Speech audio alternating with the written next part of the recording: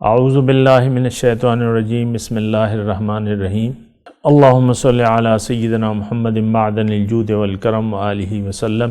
سامعین و ناظرین اکرام، السلام علیکم ورحمۃ اللہ وبرکاتہ۔ آج کا میرا موضوع یہ ہے کہ بندگی کیا ہے۔ دیکھیں، بندگی میں نے آپ کو گزشتہ نشست میں بتایا کہ بندگی یہ ہے کہ آپ اللہ تعالیٰ کے حکم کے سامنے سر جھکا دیں۔ بلکہ اگر میں اور بھی آپ کو آسانی سے اس کی وضاحت کر سکوں تو وہ یہ ہے کہ اللہ تعالیٰ نے انسان کو جس مقصد کے لیے پیدا کیا ہے وہ اس کو حاصل کرنا جو ہے بہت آسان ہے اس کے لیے۔ کس طریقے سے؟ دیکھیں، اللہ تعالیٰ نے انسان کو زندگی گزارنے کا اختیار دیا ہے کہ نہیں دیا؟ ہم سب جو ہے اپنی مرضی سے کام کرتے رہتے ہیں۔ زندگی میں اللہ تعالیٰ نے ہمیں اختیار دیا ہے۔ تھوڑی سی اس بات پہ توجہ دیں۔ اللہ تعالیٰ نے ہمیں زندگی گزارنے کا اختیار دیا ہے اور ہمیں پھر ہمیں یہ کہا ہے کہ تم اے لوگو جو مجھے چاہتے ہو تو یا میری جنت یعنی میری جنت میں رہنا چاہتے ہو تو تم ایسا کرو کہ یہ اختیار جو میں نے تمہیں دیا ہے یہ واپس مجھے دے دو۔ اختیار جو میں نے تمہیں دیا ہے یہ واپس مجھے دے دو اب، اور میری مرضی سے زندگی گزارو۔ بس یہ کتنا آسان ہو گیا۔ یعنی جو اختیار جو آپ دے سکتی ہیں دے دیں، جو اختیار آپ کے پاس ہے وہ دے دیں۔ یعنی اس میں مشکل بھی کوئی نہیں ہے۔ جو آپ کے پاس اختیار ہے، فاتقوا اللہ ما استطعتم کے الفاظ ہیں قرآن میں کہ اللہ کا تقوی اختیار کرو جتنا تم سے ہو سکتا ہے، زیادہ کی طلب نہیں ہے۔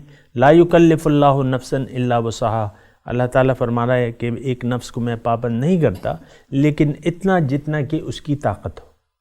اب گھر میں خاتون خانہ ہیں، وہ بھی یہ کام کر سکتی ہیں۔ کوئی بوڑھا ہے، کوئی جوان ہے، کوئی بھی ہے، وہ یہ کام کر سکتا ہے کہ بھئی اپنے اختیار کو اللہ کے حوالے کر دے۔ یہ یعنی بہت آسان طریقہ ہے اللہ تعالیٰ نے۔ یعنی اس میں دیکھیں کوئی بھی یعنی کسی کے سامنے کوئی رکاوٹ نہیں رہ جاتی۔ دنیا میں بہت سے یعنی دنیاوی طور پہ بہت سے کام ایسے ہوں گے جو ایک طبقہ کر سکے گا، دوسرا نہیں کر سکے گا۔ دنیا کے حساب سے آپ مثال کے طور پہ آپ آج چکن ہانڈی کھانا چاہتے ہیں ایک انسان، تو بہت سے گھرانے ہوں گے جن کی خواہش تو ہوگی لیکن وہ کر نہیں سکتے ہوں گے، یعنی استطاعت نہیں رکھتے ہوں گے۔ اچھے کپڑے پہننا کون نہیں چاہتا، لیکن بہت سے آپ دیکھیں ایسے ہیں کہ جو معمولی کپڑوں پہ گزارا کر لیتے ہیں۔ یعنی دنیا کے لحاظ سے تو یعنی یہ بات ہے کہ ہر شخص ہر کام نہیں کر سکتا، لیکن یہاں جہاں تک تعلق ہے ہمارے مقصد حیات کا یا جنت میں جانے کا، تو یہ ہر شخص میں یہ صلاحیت موجود ہے کہ وہ ایک چھوٹا سا کام کر لے اور اللہ تعالیٰ کی تیار کی ہوئی جنت میں داخل ہو جائے۔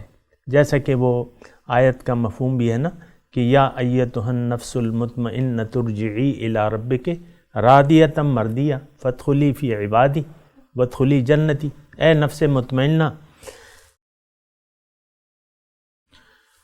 یا ایتھا النفس المطمئنۃ، اپنے رب کے پاس واپس چلی جاؤ، تم اس سے راضی اور وہ تم سے راضی۔ اب راضیۃ مرضیہ میں سارا چکر ہے کہ آپ اللہ تعالیٰ کے جو فیصلہ ہے اس پر آپ راضی ہو جاؤ۔ زندگی گزارنے کے متعلق اللہ تعالیٰ کا جو فیصلہ ہے اس پر اگر کوئی راضی ہو جاتا ہے اور اس طریقہ کار کو اپنا لیتا ہے جو اللہ کو پسند ہے تو وہ کامیاب ہو جائے گا۔ اب یہ اپنی پسند کو قربان تو ہر ایک شخص کر سکتا ہے، لیکن اب یہ ہے نا کہ ایسا کیوں ہے کہ ہم اس کام کو بہت زیادہ مشکل سمجھتے ہیں۔ باقی ہر کام ہمارے لیے آسان ہے لیکن ایک بندگی جو ہے وہ ہمارے لیے مشکل ہے۔ یعنی اپنے آپ کو اللہ کے حوالے کر دینے کے لیے ہم ٹوٹلی تیار نہیں ہوتے یا اس بندگی کے دائرے میں مکمل داخل نہیں ہوتے، جبکہ مطالبہ تو اللہ تعالیٰ کا یہی ہے کہ ادخلوا فی السلم کافہ، دین میں پورے کے پورے داخل ہو جاؤ۔ لیکن آپ دیکھیں دین ہم لیتے ہیں لیکن وہ ہماری خواہشات کے مطابق ہوتا ہے۔ یعنی جو حکم ہم پورا کرنا چاہتے ہیں وہ کرتے ہیں، جو ہم نہیں چاہتے وہ اس کی طرف ہم نہ دھیان جاتا ہے، اور اگر معلوم بھی ہو جائے تو وہ کام ہم نہیں کر سکتے۔ مثال کے طور پہ غصہ ہے، مثال کے طور پہ غصہ عام طور پہ یعنی انسان کی اخلاق رذیلہ میں ایک صفت ہے کہ یہ اس میں غضب کی ایک کیفیت ہوتی ہے۔ اب غصہ اللہ کے رسول نے، ایک صحابی آئے تو اس نے اپنے لیے نصیحت طلب کی حضور صلی اللہ علیہ وسلم سے، تو حضور صلی اللہ علیہ وسلم نے اس کو کہا کہ لا تغضب۔ یہ گفتگو جاری ہے، انشاءاللہ اگلی ملاقات میں اس کے بارے میں اور بات کریں گے۔ وآخر دعوانا ان الحمد للہ رب العالمین۔